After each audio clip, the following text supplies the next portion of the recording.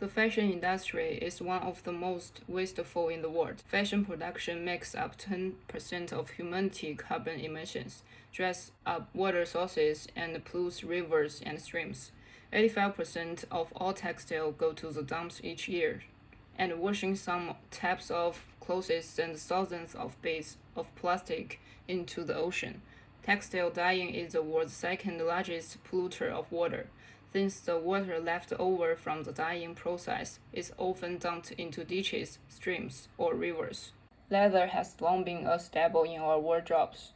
The majority of the world's leather comes from India and China, both of which lack animal welfare legislation. However, even in nations such as Australia, animals raised for leather don't have the same legal protection as pets, meaning they are often subject to painful procedures and even abuse. Numerous brands and countries have banned the farming and distribution of fur products. Over the past 10 years, a number of startups have been busy in the lab developing new materials for the textile industry, and that pushes biofabrics development. There are many innovative materials emerging designed to mimic the qualities of leather, from pineapple leather to apple juice to upcycled rubber. Making biofabric requires the preparation 5-gram glycerol, 10-gram carrageenan lota, 260-gram water, and dried flour.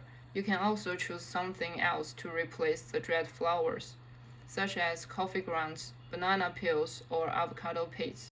There are 3 different steps testing the biofabric strength, tensile strength, and toughness. The results show that the fabric has good strength, tensile strength, and toughness, so it can be used to replace ordinary fabric. I have a couple steps that we need to follow to making our own DIY bag. 1. Stitching biofabric together, then tailoring recycled fabric, and hand finish the outside pocket, gluing the recycled fabric and biofabric together, then cleaning and tidying. The surface of the bag is mainly made of recycled fabric jeans.